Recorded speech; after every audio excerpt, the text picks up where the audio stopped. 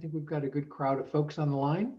And my name is Daniel Stein, and I'm one of the co-founders of Stewards of Change and the National Interoperability Collaborative. So I want to welcome you to today's webinar. It's a little bit different than what we've been doing over the last year. For folks who have attended, you know that we've been holding a lot of technical conversations around different areas and topics related to social determinants and health and well-being, technology, and all those kinds of things. So today I think is our 52nd webinar that we've had, that we're having here. And so we're really delighted to be expanding our view here with some more focus on the courts. And today's webinar is actually a preview of what's coming up over the next number of months around ways that the courts can improve using information technology to accomplish more efficiency and effectiveness and better equity with providing civil legal services. And we want to thank our partners from the Pew Charitable Trust, for their support for this initiative.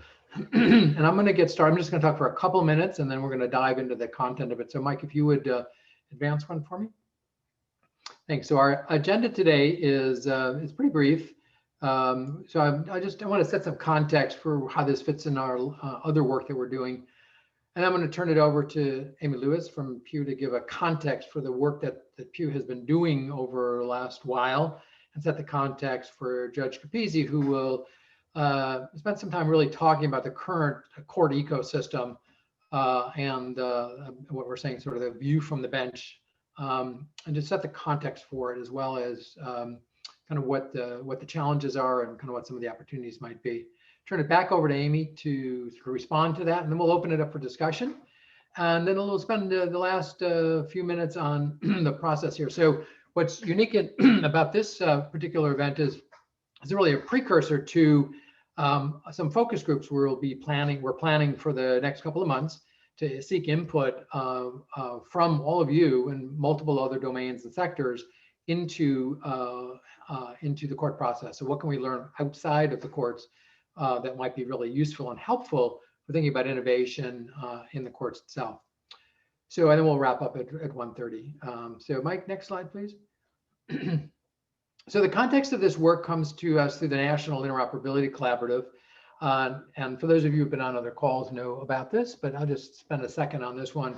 Our work started in this area. We've been doing this work for a while, but a number of years ago, under a grant from the Kresge Foundation, we were able to bring people together around this idea of a community of networks. So how do we cut across multiple domains that are serving the same person, basically, between human services, public health, education, public safety, emergency medical and healthcare IT.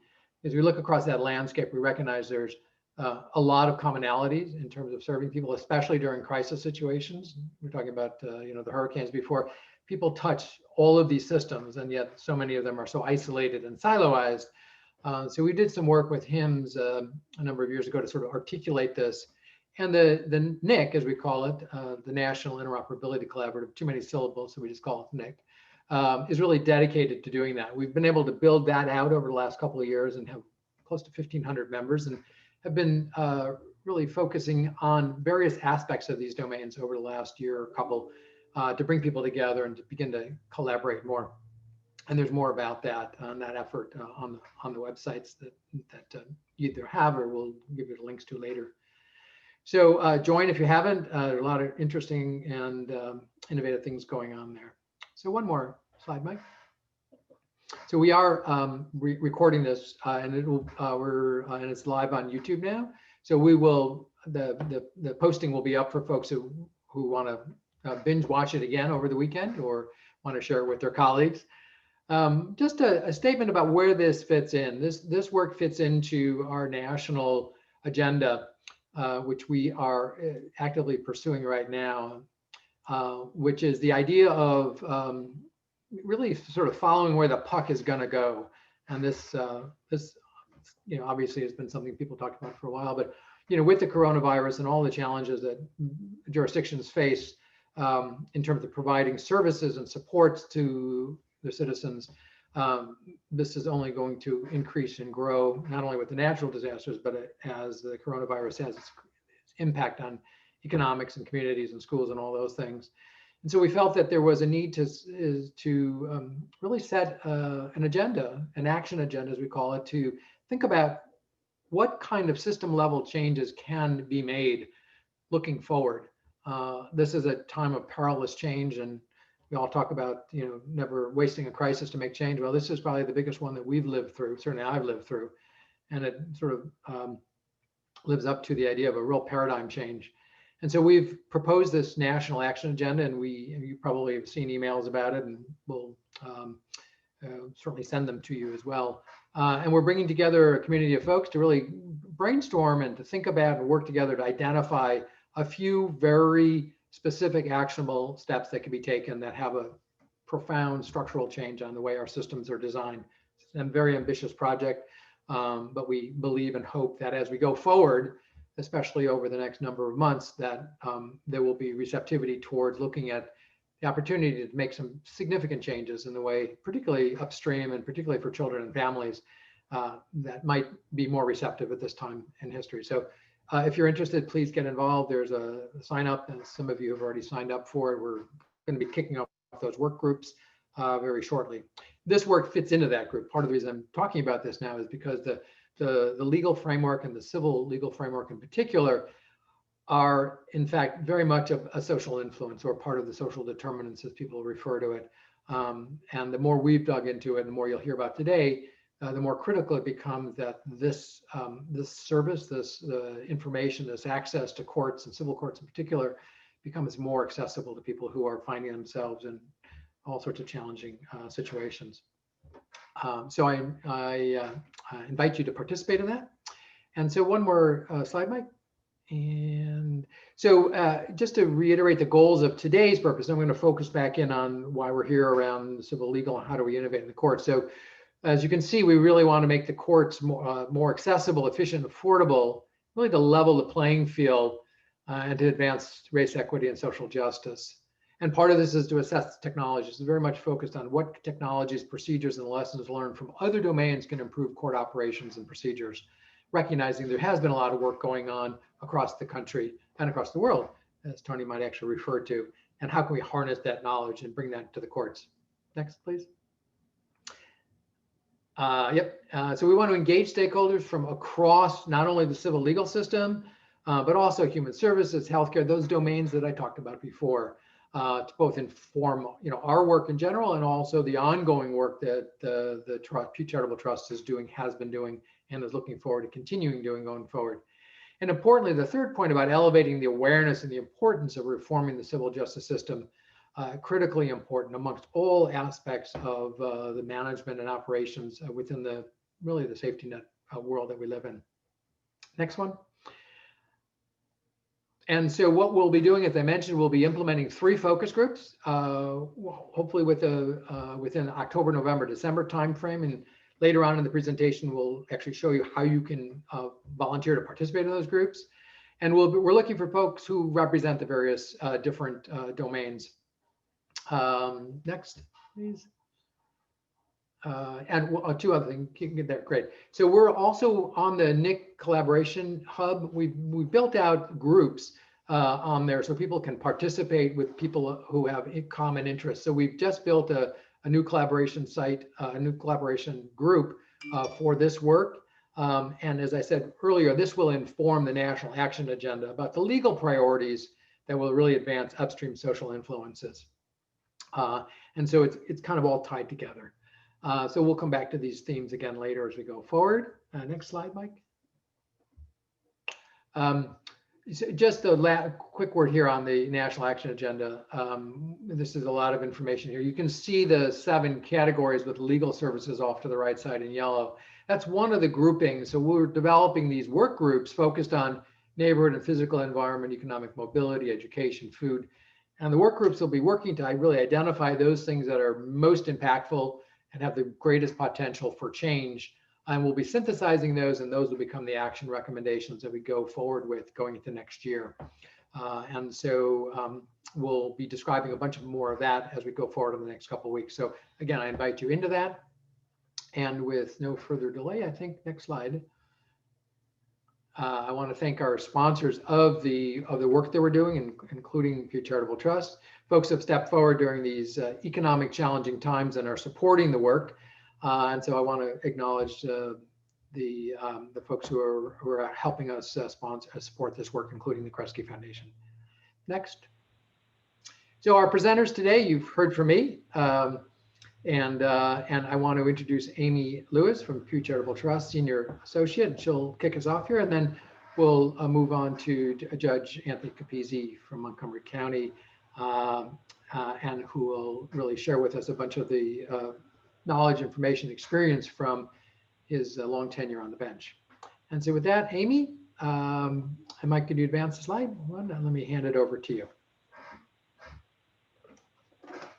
Hi, everyone. My name is Amy Lewis, and I am with the Pew Charitable Trust. And I'm specifically with a project called Civil Legal System Modernization. You can go to the next slide, Michael.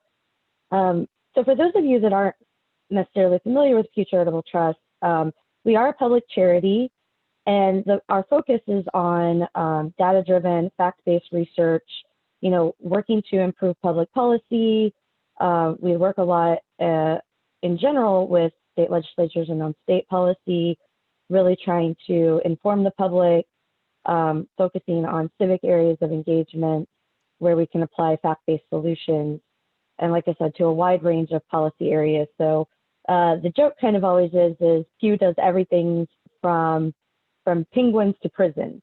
So we are one team at Pew, but there are a lot of interest and foci in terms of the public policy areas that Pew does research on. And then also where I'm situated on my team and some other teams have a technical assistance component. So where we do outreach and work with whatever stakeholders, in our case, it would be the courts, to help provide them on technical assistance. If you go to the next slide, Michael, I'll explain a little bit more about our project specifically. And the question kind of is, what does a modern court look like? And as we've been thinking about that over the past couple of years and working with stakeholders, we've really come to focus on the idea of courts being open in terms of their data and the ability to really evaluate them and understand the current status of where courts are and then see how we can apply those metrics or take that information and use it to improve courts. Making sure that courts are equitable, particularly as far as the social determinants go, and thinking about access to justice, making sure that that is part of the focus of what courts are doing when they're implementing these technologies. And then, of course, being efficient and making sure that technology in general is not just a means to continue to replicate current practices, but a way to really improve the system. So in that sense, we do develop and promote and then ultimately try to evaluate these technologies. Some of our previous focuses have been on online dispute resolution, legal information portals. We're definitely looking at other technology pilots and looking at ways that courts, especially with the shift during COVID to the rapid shift online, how courts are implementing technologies in ways that are making the system more open and accessible, and hopefully improving the equity and not replicating current issues that might be seen in the court.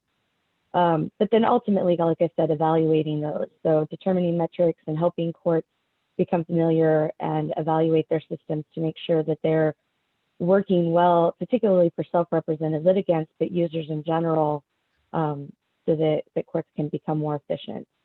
So we do a lot of research, some is subject area specific, whether it's our recent reports on debt claims and looking at how courts are handling the debt issues that we're seeing an uptick in, whether that's domestic violence or guardianship, but really looking at or housing, how we can get involved and how we can promote the idea that the civil legal system has some changes that need to be made, promoting access to information for people and just generally access to the courts. I think that's incredibly paramount right now when courts have shut their doors in many ways and are looking to shift and find ways where people can access the information and the services that they need.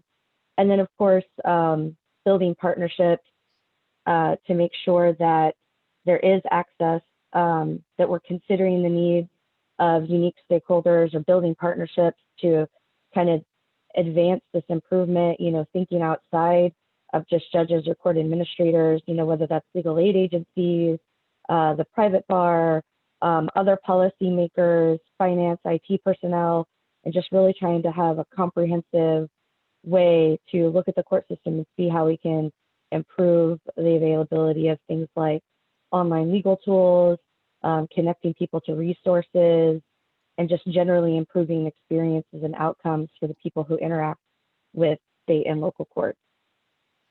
So one of the ways that this kind of ties in is that, Justice Capizzi is really on the ground and seeing these issues firsthand, and is going to talk a little bit about what he's seen in his courts and the responses to the pandemic. And, we're also going to have research forthcoming about what we've seen as courts more generally throughout the country have kind of responded in these ways too. So with that, I can turn it over to Judge Capizzi. Thanks, Amy. Hi, I'm Tony Capizzi. I'm a judge in Montgomery County in Ohio. And I want to first obviously thank Stewards of Change, as well as, of course, the Pew Foundation for doing this program and letting me be one of the presenters today. Reality, I'm going to try and move this forward, and all of a sudden it stopped moving. Can you go to the next slide? Someone can help me? The learning objectives today are going to be dealing with I'd like to start by telling you who I am in just a minute or two, and then go into my numbers, talking about technology before COVID, and then the new reality of where we are with artificial intelligence and where we're going. And simply put, I'm a judge in Montgomery County, Ohio. I've been past president of the Ohio Juvie Judges, but also president of the National Judges, National Juvenile and Family Court Judges. I serve on a number of international committees that focus on these issues all over the world. And so with that, let's please go to the next slide. Simply put, my county is one of 88 in Ohio. I'm not New York City. I'm not Los Angeles. I'm not Chicago. I'm a mid-sized Midwestern city. I have about 535,000 people in my community. My constituency, if you want to call it that, youth under 18 are about 118, 120,000. My breakdown of racial is 73 Caucasian and about 27 persons of color, and the rest of the kind of numbers of cases I do. I have about 18,500 cases a year. I will say 5 years ago, I had 26,000 cases a year. So over the last 5 years, all over the country, you'll hear, especially the civil dockets, the number of cases that have been filed have gone down dramatically. Next slide, please. I also run 3 different treatment courts, and I say this because it deals with technology in many ways. I have a juvenile treatment court, which deals with young people with drug problems, the largest in the state of Ohio. I created a family treatment court in 2016 because of the crisis of the opioid addiction problem. And one bad reality is that Montgomery County, my county in the United States, had the largest per capita death rate because of overdoses. And then I started a life program, a life court, which began in 2017, dealing with young people who have mental health issues. Next, please. What technology was before, to be blunt about it, I probably had the most advanced technological system in the country. Between having a case management system, as most courts did and do have now, I also worked with IBM Watson to create, using artificial intelligence, to really help manage all of my treatment courts and eventually all of my courts. And so in 2015, 16, 17, this was cutting edge stuff. And we weren't doing a lot of other things. And embarrassingly, courts all over the country were not doing much more than what we were doing. Next slide. And one critical part of what we were doing in 2016 and 2017 was really trying to bring back teams, having a 360-degree client record, as you can see on the slide itself, and really using the health-focused approach, as Daniel talked about, to deal with issues in children and families and civil justice issues, focusing on children and families. Next slide, please. Well, a lot happened in 2019. I hope you'll all get a chance to look at my note sections of these slides, because in the note sections, I give a substantial amount of research and linkages to different sites that help you do this. But what happened in 2020? Obviously, we know about COVID. We know it shut down the courts as Amy mentioned, courts basically shut down. In my court, from March 6th to the present, we really, 80% of my cases didn't happen. We were cut down and only doing emergency cases. Those included emergency hearings and visitation.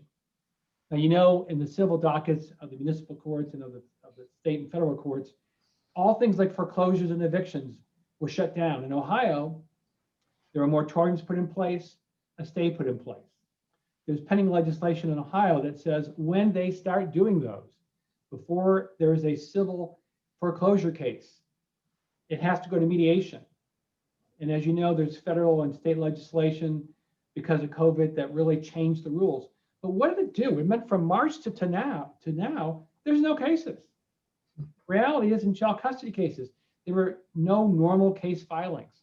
In bankruptcies, as you know, even before COVID, the bad news is that no matter what the president may say about the economy, from January to March, the first quarter of 2020, local, private and business bankruptcies were up 16%. Since the COVID situation, there clearly has not been many filings because of all the moratoriums and the stays. The expectation is that bankruptcy filings may go up 40% over the rest of 2020. And how will courts manage that problem? How are we going to focus on the needs of the people, not the courts, but the people? And the whole, as you go through this and you watch my presentation, I'm going to be trying to focus on the users of our products. Next slide, please. And what happened now is a new reality. We know technology is here to stay. And I want to sort of give you a quote from Chief Justice Bridget Mary McCormick of the state of Michigan. Here's what she said. The pandemic was not the disruption we wanted, but the disruption we needed. Because prior to 2020, March, April, and May, no courts really had virtual hearings. We really weren't using much in technology by court messages, electronic payments.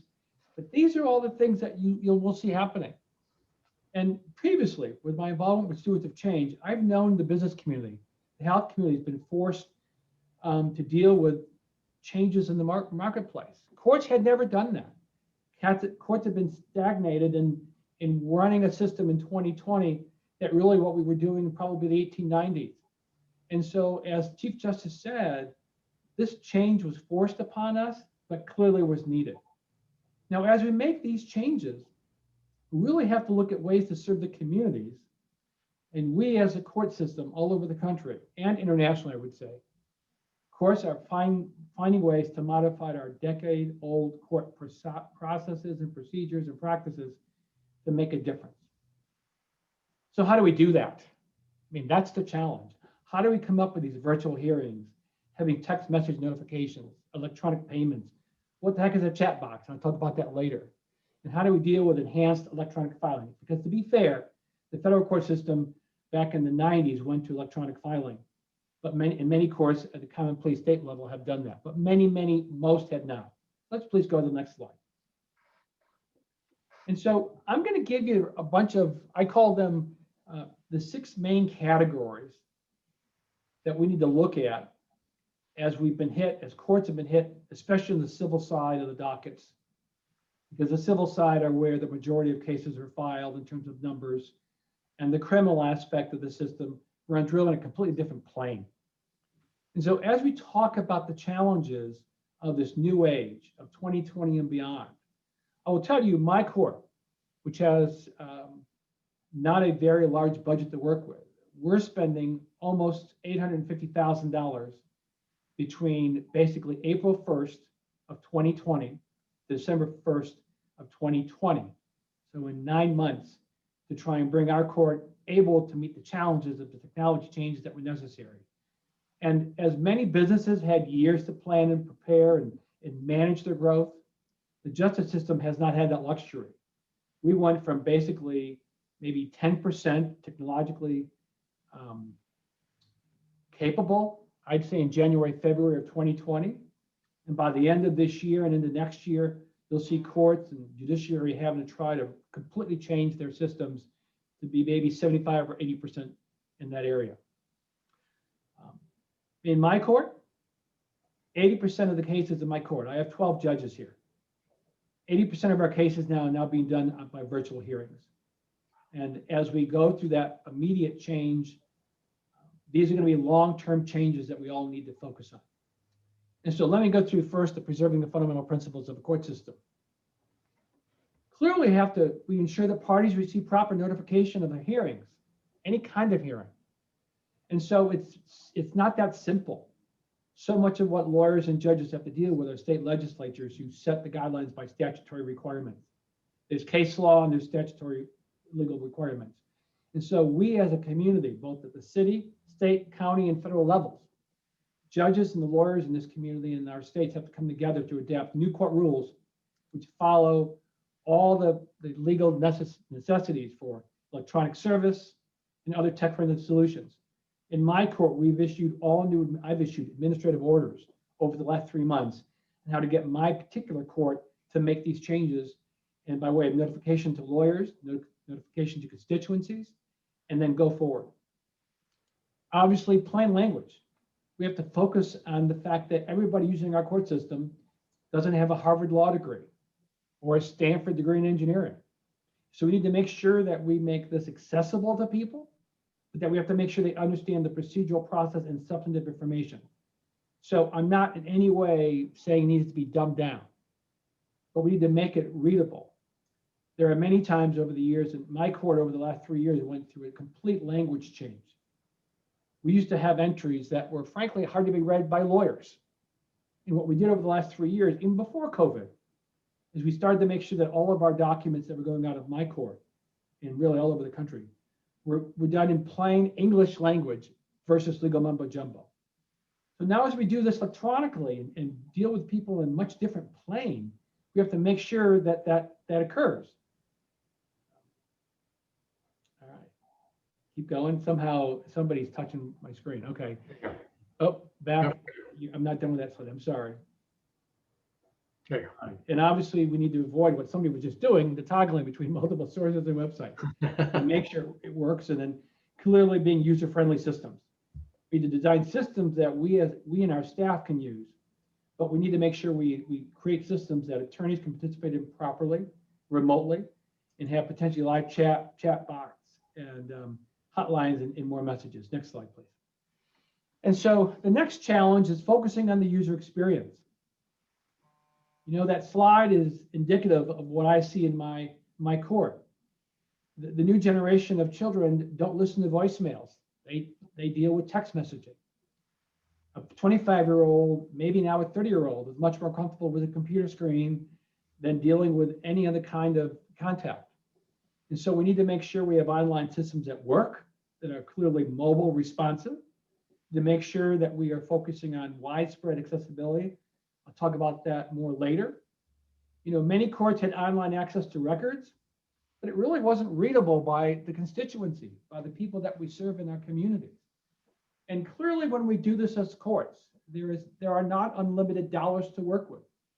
The court system is really held in check by the county administration or at the state level by the state government. And so we need to make sure as we're doing these technologies, we're advancing technologies that deal with not forcing our clientele to deal with substantial additional costs for using technology or for remote services. And how about accepting fees electronically? You could buy something online for the last 15 years and pay for electronically. Courts have not been willing to do that. And so my court's one of those. And we are starting by the beginning of 2021, we'll be able to accept fees electronically. Again, getting out of the archaic old ages to the current and future. Next slide, please. The third point that I want to really stress is the issue of prioritizing court user technology, but driven by making internal technologically based decisions. What do I mean by that? Hopefully, when courts are doing this, they are not letting a vendor take charge. Vendors, of course, are very focused on their bottom line. And I think a court must, and I put it in different areas here, but it's got to be court user-driven technology. So the courts are working through COVID and coming up with solutions to try and reach out more to the community. They need to consider and bring potentially into the network of discussion the users of the technology, attorneys, the healthcare profession. You know, when I learned this through using Watson, that my system's great, but if I don't have the healthcare community, behavioral health, all those other people, educators involved, if we don't have those technology users, and believe me, in the future, the healthcare providers and the education providers, the schools, those communities need to have access to information that we're using, because as I use my technology, I need them to drop into my banks of information regarding families and children, and dealing with the civil side of bankruptcy courts and foreclosure courts. Those businesses need access. And so it has to be court driven. But how does that work? You must collaborate. And as I just mentioned, collaboration needs to be with all the users, the peripheral users of the systems that have access to it, of course, with the appropriate firewalls in place to deal with privacy issues. And to the right side, standard versus customized solutions.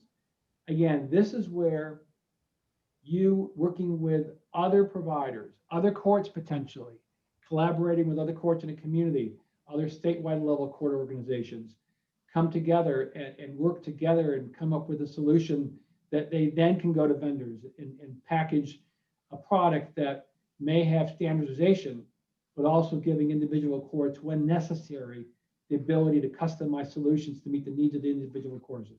And of course, a family court situation is different than a bankruptcy court situation. It's different than working with evictions. A municipal court deals with hundreds or thousands of evictions a month when they were doing it. And the technology used there needs to be somewhat customized to help them manage the needs of that process. Product flexibility, again, it goes on the issue standard versus customized solutions. Products got to be able to be modified, updated, flexible enough, but cost effective enough so that courts can manage it. Over the last 25, 30 years, courts have been burned, frankly, are afraid of vendors. And I'm not trying to get the vendors upset with me, but the reality is what it is. That vendors sold products that when it got time to update, the cost of update and renovation and modification and flexibility was so substantial that courts just got burned.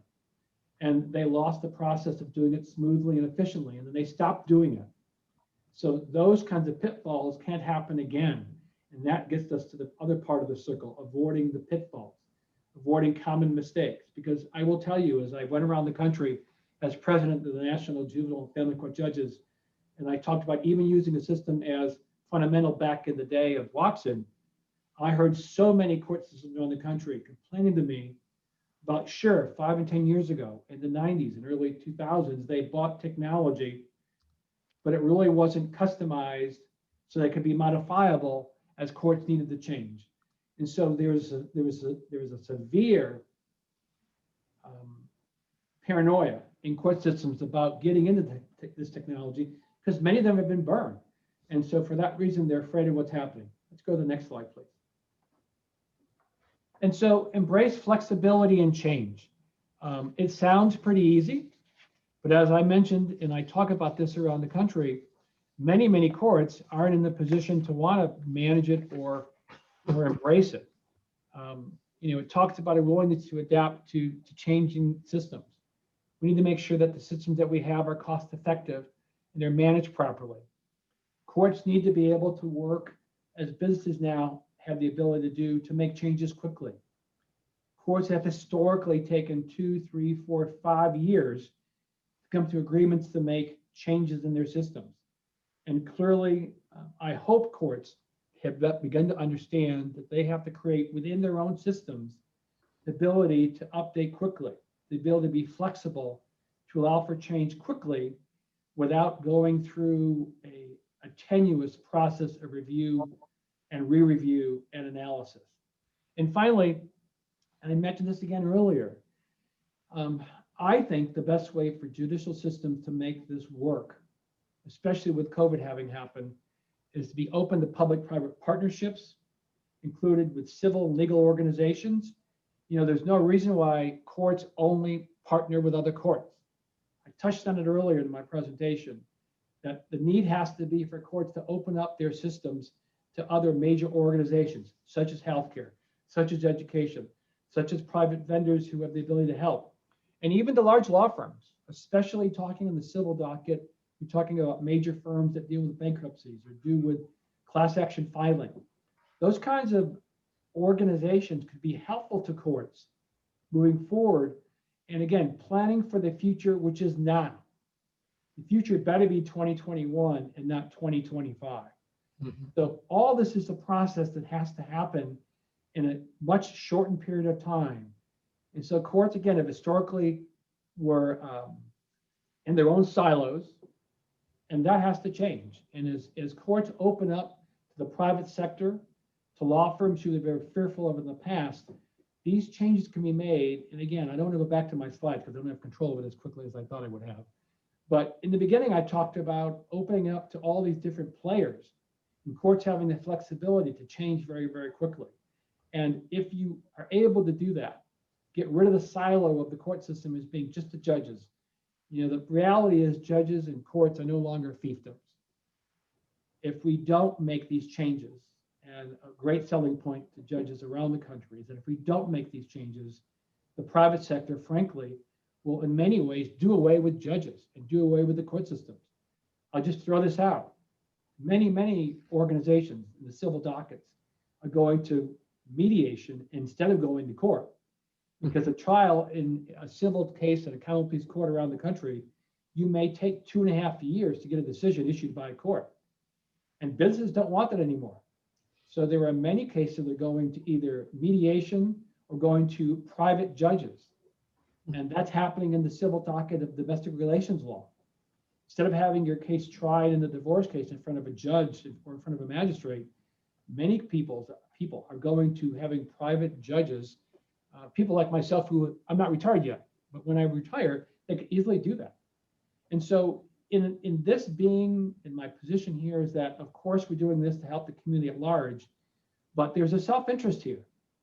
If courts don't make these appropriate changes quickly, they'll lose the ability to be proactive and be able to be meaningful in many of these decisions. Go forward, please, to my next one. This is critical. And my last two, I'm going to spend a little more time on, because as we do this, we have to deal with the social issues of our communities, of our states, and in our nation. And so obviously we need to build supportive infrastructure.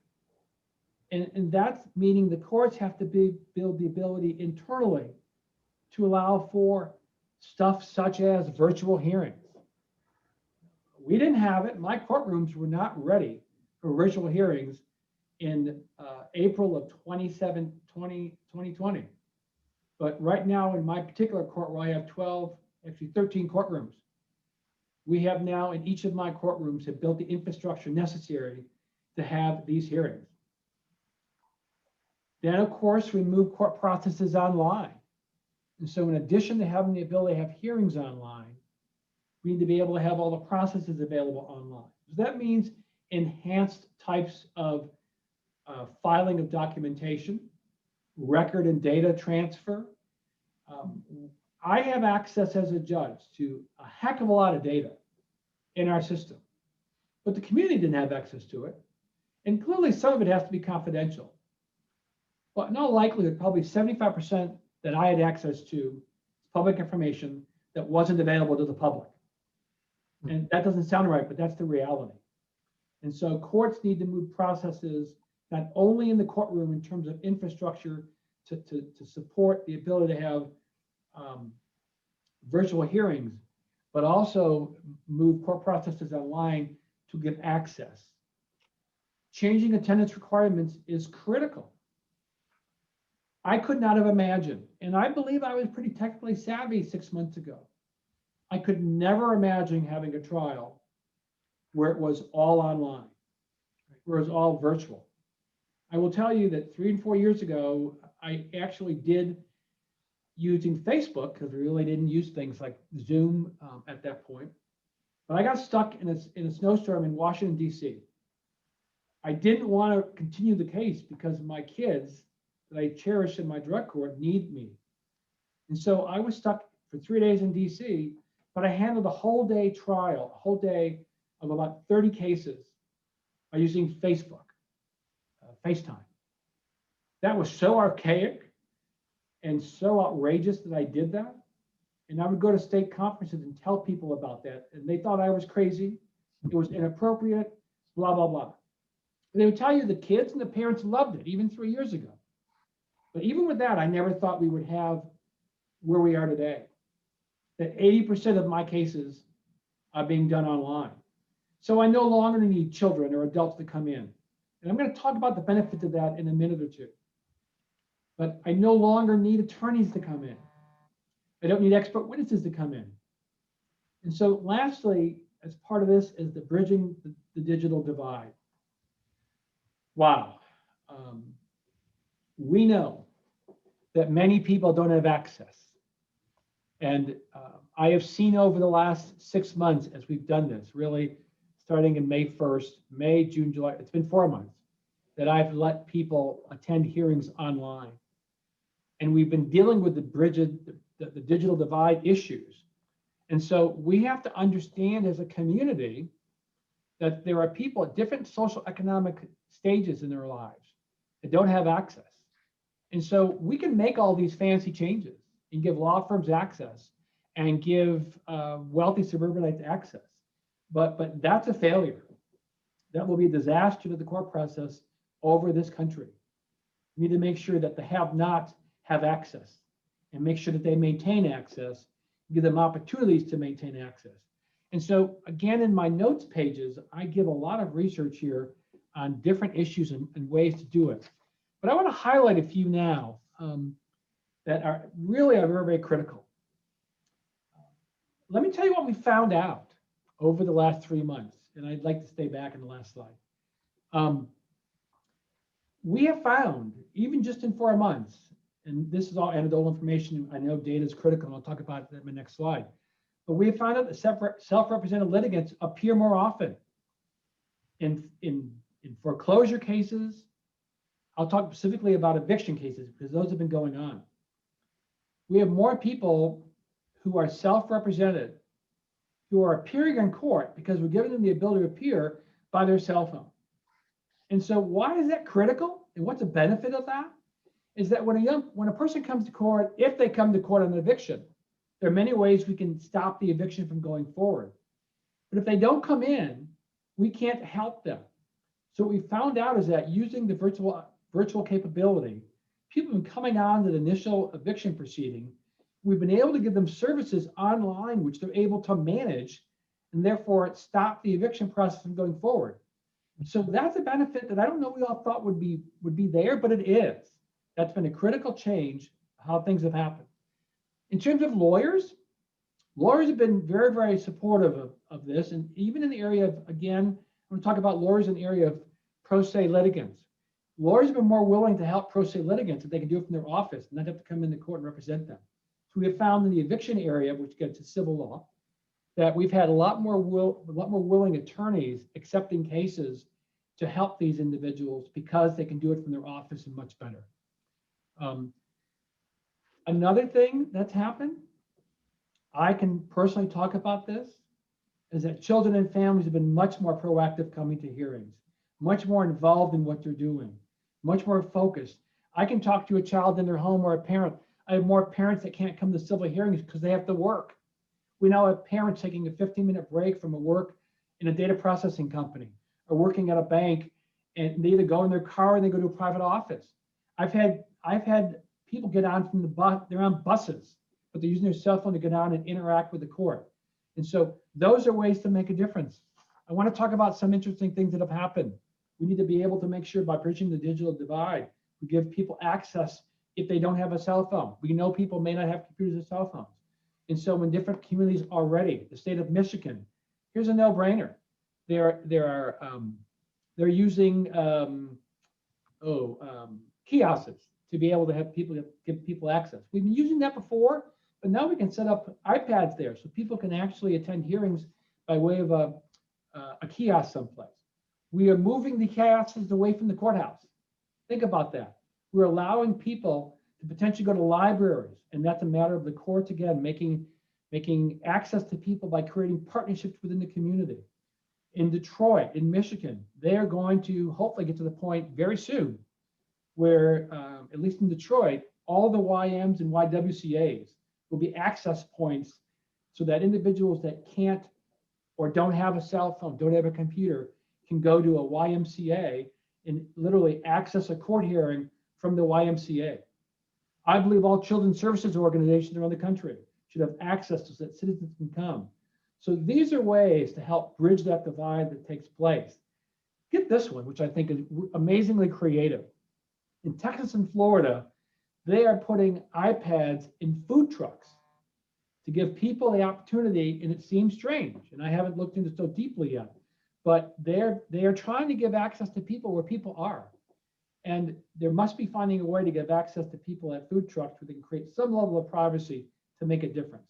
So that's pretty critical. Let's go to the next slide, please. And so the last is, again, taking an open data-driven approach to new court processes. You know, I'm not going to go through all of this word for word, but obviously when we're doing this, we need to test what we're doing, working with the public, ensure that we're meeting the needs of the public in what we do. And again, include accessibility, ease of use for everybody. All these systems should be multi-language, should have multi-language capability in the United States. Obviously, if we just have it in English, it's a failure and it's just ridiculous. And that's an embarrassment. Critical to everything we do is collecting data to make sure that data is there for us to do our jobs better next week, next month, and next year. So ongoing monitoring of the systems to let us know how we can make a difference, how what we've been doing is impacting and making adjustments. Mentioned it early on about privacy. We need to make sure everything that we're doing is protecting PPI. Got to make sure that as we negotiate with vendors, with other courts, we maintain the confidentiality with our own court system, either locally, statewide, and nationally. Then obviously be ready to change. Make a big change. How do we do that? Understand the technology, understand what we're doing, understand what the costs are associated to it, and understand that even though I'm critical sometimes of vendors, we need vendors to help us make this system work. We need to make sure that we plan building costs for future needs for change and updating and modification. And that really comes down to developing sustainability and maintenance plans. And of course, budgeting for the future. Next slide, please. Next slide. This is just sort of a fun way. Those of you probably know what a chatbot is. I didn't know what this was 2 years ago. And I will tell you, probably 95% of lawyers and judges in this country don't know what a chatbot is. And so obviously, what is it? It's laid out here. It's to help people. And what's critical is we use this all the time. You go onto a company's website, you go to Walmart, you go to you pick it, Rolex, you go to a card company. You can get on there and you can have interaction with individuals. Courts never did this. And so this could be so successful for courts. Why? Because it can give accessible information to individuals 24/7. It increases consistent answers from our staff, which may be at different levels themselves, and we want to make sure we have a consistent message from the court. And then alleviates court resources to help here. And so on the right side are just how to do it and make it work. Next slide, please. And so I want to talk about resources very quickly. And again, if you get to the notes section, there are probably 1,000 different resources and more.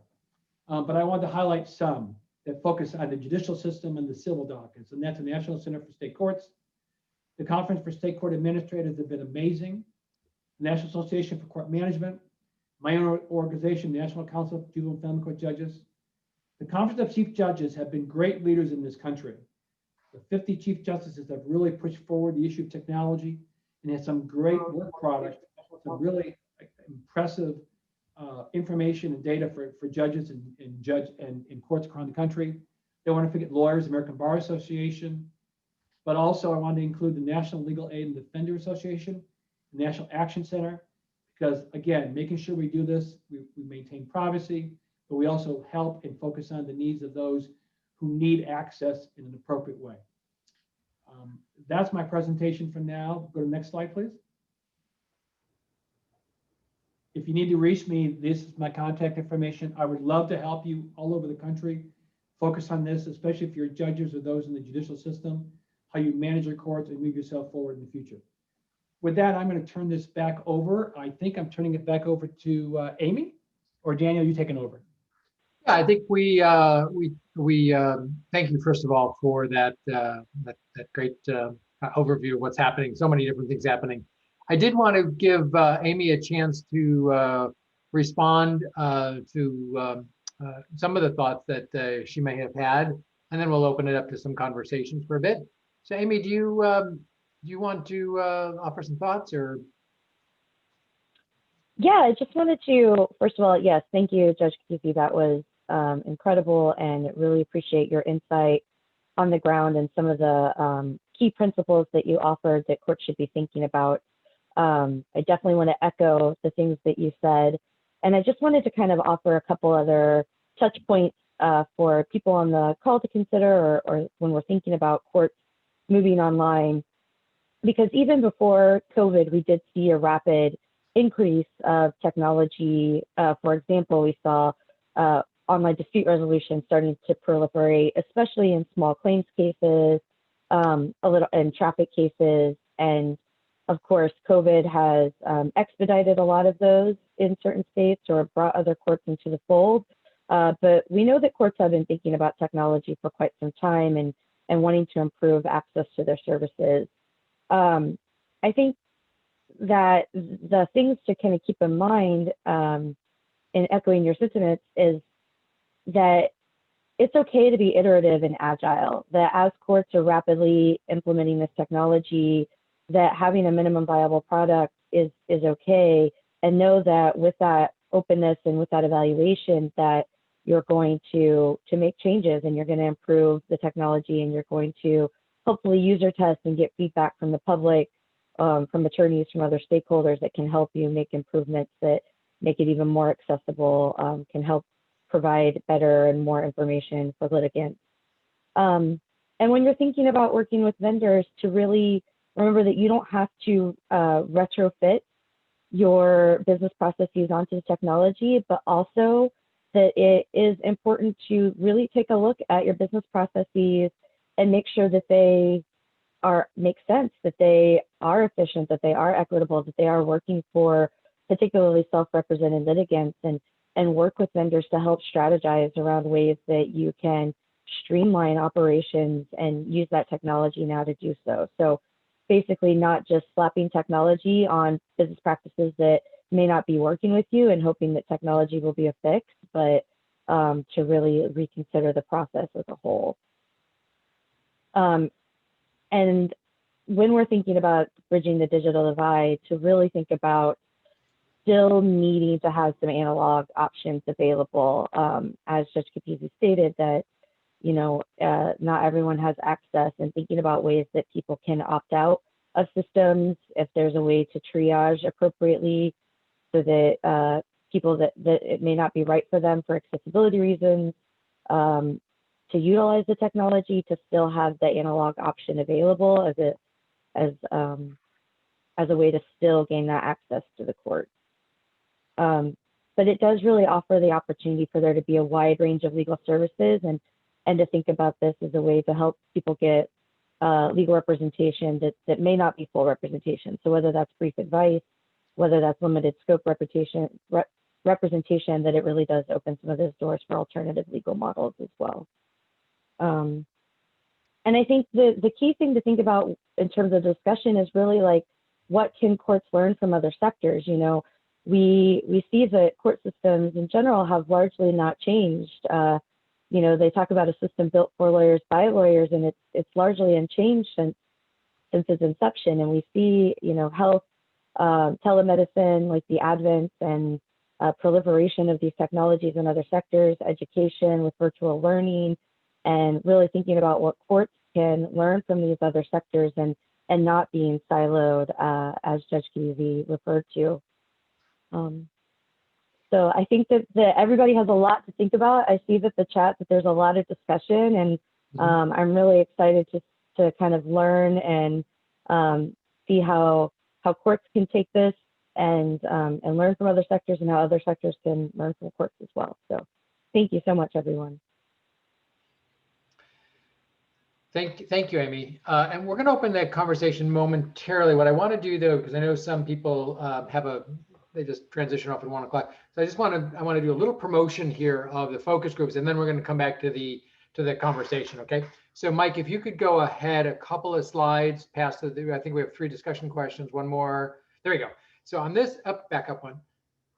Yeah, there you go. Perfect. So, and this deck will be available. We'll send out a follow-up note to folks, and you'll be able to find this stuff on the NIC Hub and stuff like that. So what we're wanting to do is, you can already see in the chat a whole bunch of conversation, a whole bunch of ideas, which hopefully we'll dive into over the next remainder of time we have here to touch on some of them at least. But the whole idea is to really engage in this conversation. I think Judge Capizzi has put out a lot of different areas for conversation, and Amy, you've kind of touched on many of them as well. So on this slide deck, and as I said, if you go to the NIC, you'll see it should be very clear. You can click on this. This is a Survey Monkey. You'll go on, there's 5 questions, and you can sign up for one or more of these groups, and we'll be holding 1.5 hour focus groups over the next couple of months. So this is the way right now. The best way to do that is to click on that, go fill it out, let us know what you want. We picked these dates just because we got to put them out there. So hopefully they'll match your schedule. The other part is the Civil Court Technology Project Collaboration Hub. It's on the NIC as well. It's a hub where we'll be posting information, resources. You can have conversations on there. Ideally, there'll be some dialogue. Some of the resources or the chat that will be on there we'll be posting. And anybody who joins will be a member, and you'll be able to interact with them as well. And so these are a couple of the resources that we're making available and that will ideally support the focus groups going forward. And then we'll come out with some recommendations, which will lead into some decisions about Pew in terms of what they're going to go do next, in terms of the strategy and the opportunities to make significant change. So that's that. Obviously, you can reach us by email as well if you have specific questions or other kinds of things. But now let's open it up, the conversation for, let's open up the dialogue for some conversation. Mike, if you go back up a couple of slides, we proposed a couple, but I want to just also open really the floor to have this conversation. And one way to do that is to raise your hand on here, if you like, or if Gillian, I know you're on here, if you want to pick out one of the questions, we can just start with that as well. Sure. So this is from Eric. It was one of the first questions that we received. He says, I've been leading AI projects since 1990, have been an attorney since 93, as well as serving as a judge. I'm impressed with Judge Capizzi's focus on the community and making court access easier. Virtual hearings, e-payment, notifications, access to legal help, and more are so important. Do you see using systems like IBM Watson to give us the ability to be data-driven, which can help us better understand and address inequalities, sentencing, etc.? Well, that's a great question. First of all, let me say that IBM Watson is one system that we use, but there are many similar to that. So I don't want people to rely just on that one system. I need you to you need to figure out what's best for you. I actually helped IBM create the Watson system for the courts in the United States, and we used my court as a model in the creation of that. So that's the one I'm most comfortable with, but there are a lot around. I do believe courts need to use systems such as those. I think courts need to understand the amazing benefits of using artificial intelligence. I've taken a lot of heat around the country because in my own court system, AI can help give me a decision, and I'm going to throw this for a second to the criminal side. It may give me some guidance as to what decision I should render. And people say to me, well, do you want a computer to tell you what to do? And the reality is judges have people tell them all the time what to do. Prosecutors, defense lawyers, all the different people in the cases. So it's just another asset for the court. So I do believe, as I sort of talked about early on, that courts need to embrace the idea of artificial intelligence but they need to understand what they're getting into. And that's why I think using organizations like the National Center for State Courts or the Chief Justice's organization, there are a lot of opportunities out there to get resources that are already being created. National Center for State Courts, they've had judges coming together now for a while in terms of technology to come up with help. A lot of what I talked about today was some of the ideas they could come up with, because there are ways to make things better, and I think we need to go there. And I think, as the Chief Justice from Michigan said, we're forced to do that. So let's embrace it. And if you don't mind, Jillian, I'm going to answer another question along the way, because I saw in the chat, someone asked me about, well, what about courts that don't do this? There was a person, and I'm sorry, I don't have the chat up right now to find out your name, but you were telling in your chat how in your particular court system, the courts are afraid of using technology, they're not letting virtual hearings take place, they're not doing the things that I described. And I will say to you, this is a learning process. I do believe that, as focused earlier in one of the questions, that the states individually have to find some leadership, and be it from the 50 chief justices I've described, and then down from there to the appellate courts and the community-based courts. I do think you need a person who's going to take charge and show leadership. I do believe many states have done it. There are some complexities, because in some states, like in mine, Ohio's not state-driven. We have 88 different fiefdoms. When I talked about one of my original slides, 88 counties. But the reality is that the Supreme Courts in each state do have a lot of flexibility and a lot of control, because in many cases, they manage the money. So I think in your individual case, if you want to reach out to me privately, I will be glad to do this. I love going to courts, talking to judges and explaining to them the needs. And because they're so fearful of so much change, the reality is judges want to talk to judges. And so I put myself out there as someone who has become more technologically savvy, but not to the level of many people have been watching. Because I've seen in the chat, some people way over my head tech-wise. And I know Daniel said early on that this was a presentation that is not tech-driven. I've come a long way, but I'm not the same way people are. But I will be there to help. And so it's trying to convince chief justices, and most of them have been convinced, but all the way down that line, to open up access so that we can have changes to help our community.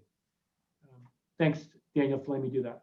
Yeah, sure. No, well, let's keep this open. I know that there's a number of technologists on the call here. And I think there's obviously a technology question. And one of the things I want to throw out there is, as we were planning this call and subsequent, the focus groups, which Judge Capizzi will be participating in, I think for a couple of them at least, along with our few partners. So we'll be able to dive more deeply into these things. But just to sort of kick it around a little bit, a lot of these are not unique to the courts, right? If we think about some of the human services programs, and I know there's people on the call from a lot of familiar faces who have been in and around human services, which is not the most innovative place when it comes to information technology for all sorts of different reasons. And one of the things that we want to learn about and hear about is, what are some of those hurdles, and how have others been able to overcome them within public sector or private sector that might be applicable to the courts here. So let me throw that open. Of course, there's all sorts of challenges with that, and see if anybody wants to jump into that one. And when you do it, speak in English, please. No text speak. Hey, Daniel, I noticed a couple things on the chat that I thought might be worthy of addressing as far as that goes. Sure. When people are talking about budget cuts and, seeing that maybe technology can also help courts save money. And one thing to note is that technology can help. It is beneficial, not just to litigants, but it can be beneficial to the courts too. So for example, if you're providing legal information or chatbots or different things like that, as Justice Capizzi referenced, then that can take time off of your administrative staff.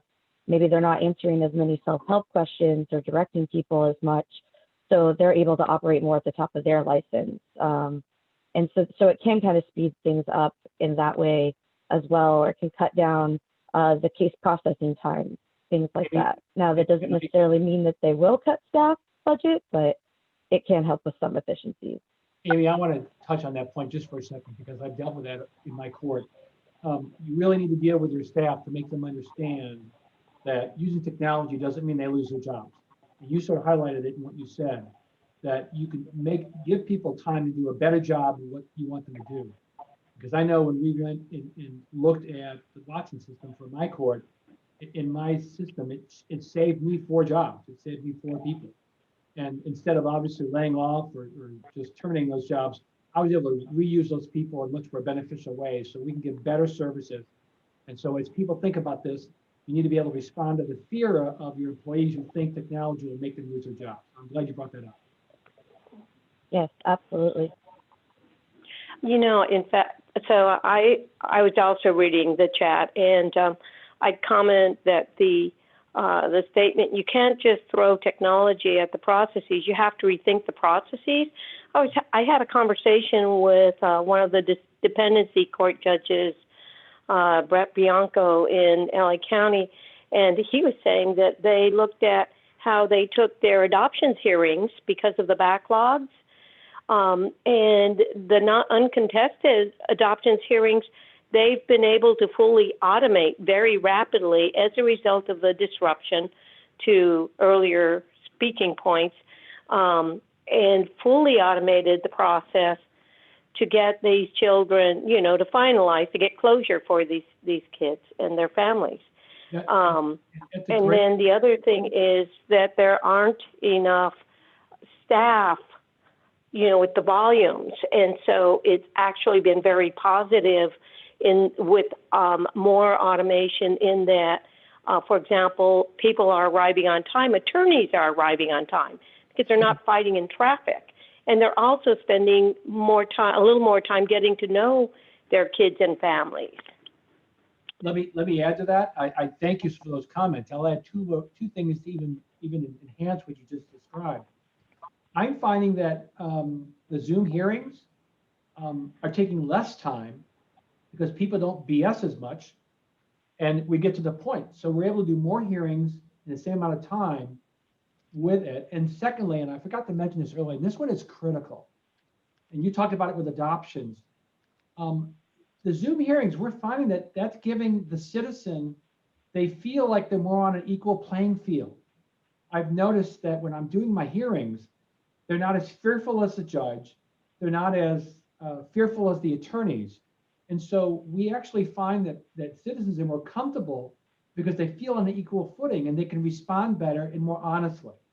So those things have been really helpful. We have completely modernized the wrong word. Well, modernized the topic is the name of the topic, but we're doing things differently. And you said it, our processes have changed completely from 3 months ago. I can do hearings quicker, more efficiently, and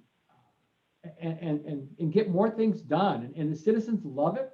And you're right, the overflow of cases, we have redone all of our cases on how we, dealing on the child support side, people that don't pay their child support. We had huge numbers of individuals not paying child support timely and how we manage those dockets. I had 2 full-time people managing those dockets in terms of judicial people managing those dockets.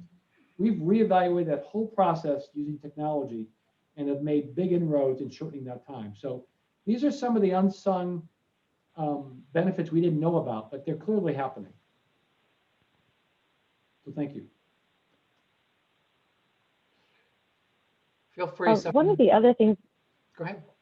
that I wanted to touch on, I saw that Cheryl had asked about, you know, people that may be in fear in their homes, and you know that the technology is that dangerous for them. And I think that kind of comes back to, first of all, needing to work with community stakeholders. So whether or not that's domestic violence advocates, shelters, other social services, to really come up with some models that make sense, particularly for people that might be in fear or unable to trust that their technology is not being monitored.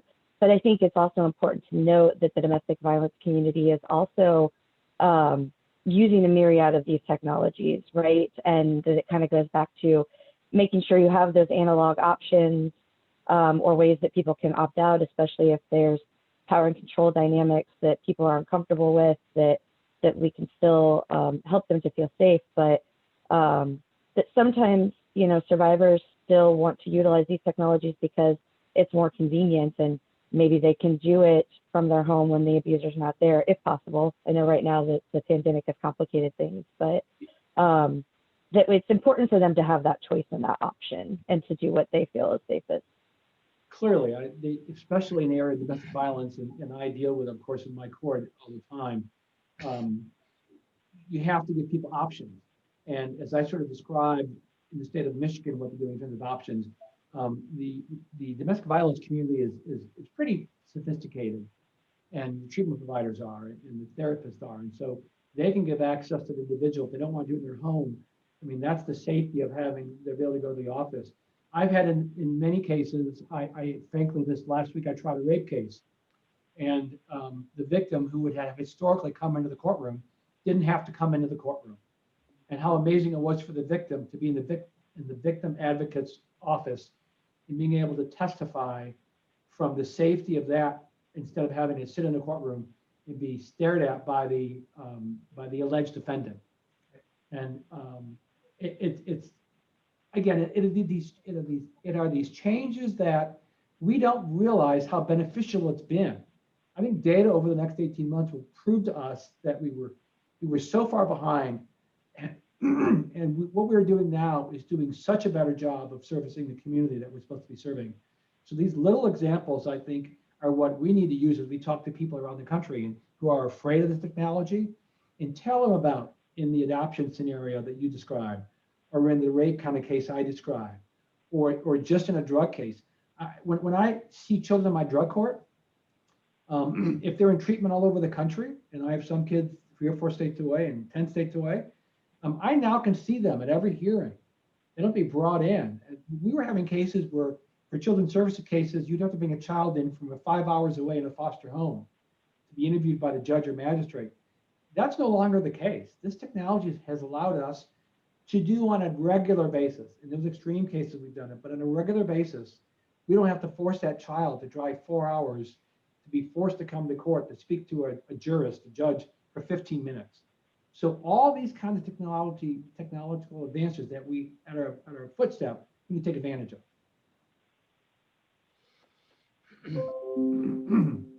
Hi, this is Glenn Rodden. One thing that's very much related to that is a situation we found with the courts and their reducing their budgets and which courts would hold which hearings. In Los Angeles, they were not holding eviction hearings in every court. Right. This was, last year before the crisis, but we were able to show that someone with public transportation only, which many of our low-income people have, they could not make it to court by 9 a.m. using public transportation. And certainly they didn't have the money to take a high-priced downtown hotel room. And so, doing something like this is very important to access to justice for people, even in normal times. Correct. We've been forced to make the changes, and thank God we have been. There are not a lot of great things with COVID, but this is one of them that is going to be extremely positive for the long-term access to courts by individuals.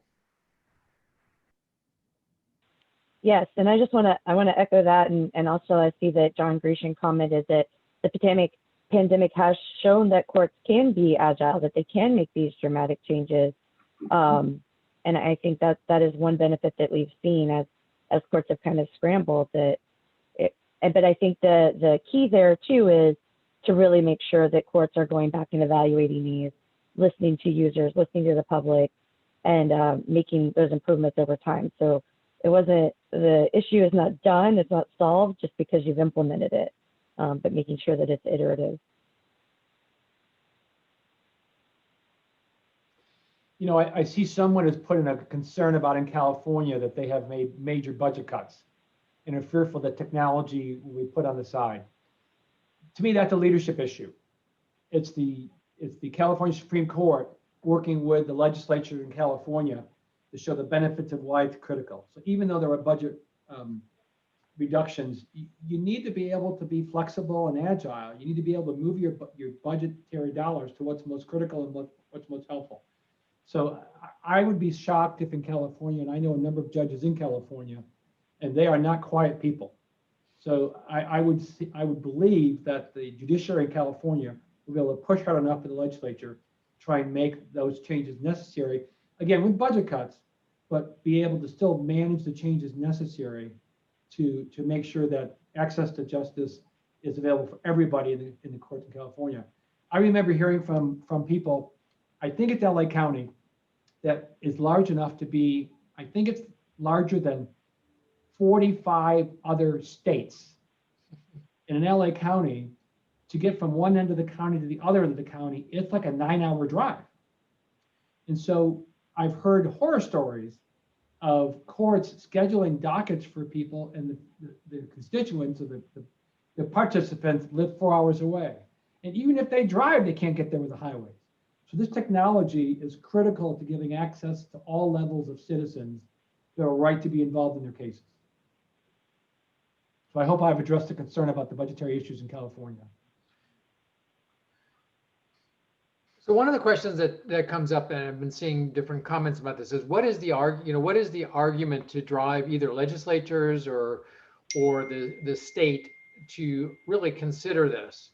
Is it the return on investment and the various components of that: time, money, service, quality? Because you're of course taking the lead and have for a long time, and we're seeing here on the points that other places are pushing forward here, but much like the same way that early childhood did, sort of a seminal study on the value of investing long-term in children and early education, what do you see as real driver for it? So it doesn't become, it becomes more ubiquitous and the argument becomes easier to sell. I mean, I think it has, and Amy, feel free to jump in here too, but I really think that, because I've been dealing with these arguments around the country for the last 3 or 4 years, and even in the limited access, I think it's easier now to win the argument, to prove the case to the legislators and to the governors. I think over the last 4 months, we have seen dramatic improvement in capability. And I think we can use this crisis as a very strong argument to talk to legislators about the changes necessary. We can prove it's more cost effective, it's quicker justice for people, and it's more open justice if you do it the right way. And I think legislators are beginning to realize that the citizens mean something. Not that they didn't always believe that, but I do believe that more legislators are more fearful of the public. And they therefore, if they can find a way to get better access, I think it's easier now than it was 3 years ago. So I'm optimistic. As I talk to my Chief Justice, Justice O'Connor, she's an amazing Chief Justice in Ohio. She's led the effort a few years ago as president of the National Chief Justices Association. I mean, they're on board. And I think we need to use the power of the judiciary to convince the legislators to do it. And I think that power is pretty strong these days. So I'm very optimistic, obviously. Amy, do you feel there are different approaches? I mean, the other thing that I would add to that is, well, a couple of things. First of all, I think the judicial champion piece for the legislature and on the macro level is critical, but we've also seen how critical it is on the local level too. Sure. So having judicial champions in local jurisdictions and making sure that that leadership is there and judges are bought in has made a world of difference for local courts that are trying to implement. When they have that judicial champion, it's gone a lot more smoothly, and they're able to do things like reform their business practices and things like that. I think on the macro level, the other piece is really getting the data and the evaluation that can help support that kind of, as Pew would say, evidence-based policymaking. I think that's going to be really critical when talking to legislators as well. And we're doing some evaluations on things like online dispute resolution or legal information portals, but I think the more data, the more courts open up and the more data we have as they're moving online, then we can kind of make the case for why these policies need to shift as well. Absolutely, the data is critical. And I've been called in by a number of states to speak to their judicial leadership, talk over these issues. And again, they like hearing from outside people that have been successful. And so I've been able to show that from my data collection in my own county, that we've been successful in using artificial intelligence and using other advanced techniques to try and get things done better. And I think the data from my court and Montgomery County in Ohio has been pretty aggressive in dealing with this kind of challenge. But I think you're right. There is that. I keep on thinking at the national level and the state level, but clearly having the judicial leadership, and not just judicial leadership, but having enough people at the local level that can come together as a consortium. It is critical, as I talk about around the country, getting the 3 or 4 movers and shakers in the behavioral health field and the education field and the judicial field all together and speak that same language as they go to try and find the money, because deep pockets has to pay for this. Yeah, I think we've seen, for example, we've seen kind of a good example of Iowa using stakeholders in that way. And it's not just the judiciary, well, they are involved at the state level, but even, local legal aid or local landlords and tenants are, on their stakeholder committees. And they're one of the places that are going to be incorporating a chatbot into their online court system. And, legal aid is helping to like write the scripts for those. And I think, they've been in that community been like a big force, a big pusher of like making sure that things are equitable and accessible. They even engage state level like disability rights advocacy organizations. And I think those people have all been critical to pushing things forward as well. Absolutely. There's a question I see in here about asking me to talk about how do we collect data. My court has been data driven for probably 10 years now. So we understood 10 years ago that we needed to collect data to try and understand how we can improve, but also for our financial livelihood. That the only way for me to get the same dollars I'm getting or more dollars is to prove that we were doing things properly. So we have a fairly sophisticated case management system. We have built into place, very advanced, in my mind, techies may seem differently, but very advanced data collection and analysis. And then we've been able to use that to frankly maintain my funding and get new funding. I'm probably one of the most successful courts in the country at my size of getting federal grant dollars because of our ability to have accurate data. And I will say to you, it's not easy. We struggled for 4 or 5 years trying to understand what data we needed to collect and how to collect it and how do you maintain that. But I would say to you, my court's a pretty strong example of how it's been done.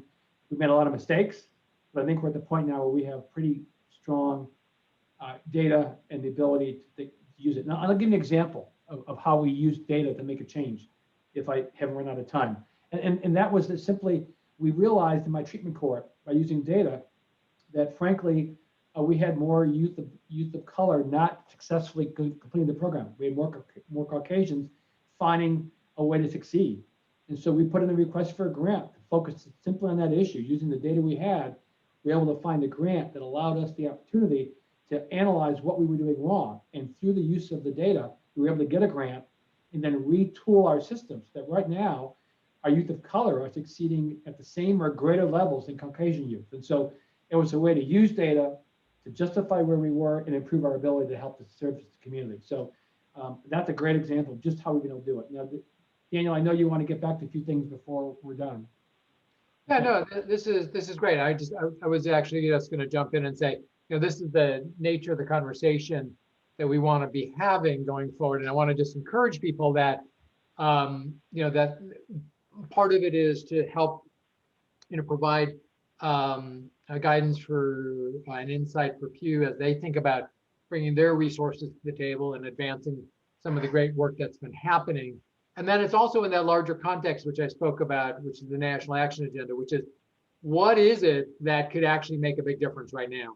And I think you've uncovered a lot of things, and I can see from comments that maybe we don't have to sort of recreate the wheel, but we can build on the data sources. What makes the argument, Judge, that already breaks through? So we don't have to test that out. We can look at those things. Hopefully it's scalable beyond just, your court or other individual courts. Sure. One of the things I was going to bring up before we bring to a close here, as I said, we really do want to invite people into these conversations, and they should be actionable. That's our full intent, both, as I said, for the Pew work and also for the action agenda. What can we do to change the world, so to speak? One of the things you might mention before, which I just heard recently, was around telemedicine, and I'm interested in that, and we'll probably put that on certainly one of the topics of conversation. You mentioned that yourself, people feeling more comfortable. I was talking to a researcher in California the other day, and she does a lot of work in opioids.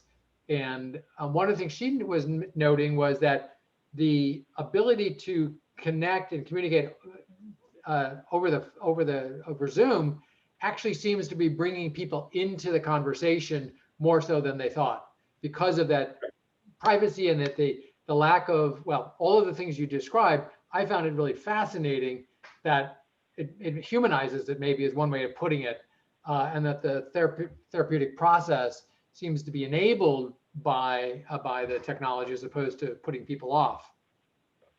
I don't know if you've seen that at all in your drug court. No, you're absolutely correct, Daniel. That's exactly what's happening. I mean, there's two scenarios. The one you described, where people were comfortable doing it by way of Zoom. The second, telemedicine, especially for opioid. As I travel the country, there are many communities in the rural part of the country where the closest treatment provider is 3 hours away. Yeah. And Zoom capability allows access to those individuals who previously, frankly, would OD and die. But now, because of telemedicine, that capability are keeping people alive. So those are two very specific ways where telemedicine has been working with the legal community and with the behavioral health community to try and make a difference in keeping people alive. Yeah, that's great. So I'll just one thing. We're going to put these questions up on the hub as well, and we'll ask folks to weigh in on them as we move into the focus groups, because we would like to sort of bring to those conversations ideas that people have, like telemedicine, and Eric, who is going to be one of our leads on the National Action Agenda from Arizona, has been doing telemedicine for a while here. So that ought to be, the lessons learned from that ought to be really applicable. And so, Mike, if you could bring up next slide here, I think that's the reminder slide for us. Yeah. So just as a reminder, one more time for folks who do want to participate ongoing, here's the links for you. Gillian has put those into the chat, and I said you'll be able to find this stuff on the sites. Should be pretty obvious. And with that, I think I want to thank Judge Capizzi for spending time out of your busy day today, and Amy, and the rest of the folks who have participated in the call today. It's been terrific. I'm glad we had the opportunity to do it. I'm really looking forward to the ongoing conversations and really synthesizing this information. So with that, I hope everyone has a great weekend. Stay safe, and we'll see you online. Good point here. If you haven't signed up for the NIC community, go ahead and do that at this. It's just a few clicks and you'll be able to receive information and updates on everything we're doing here. Thank you again so much for the time. Look forward to seeing you all in the near future as well. Be well. Ciao. Bye, guys. Thank you.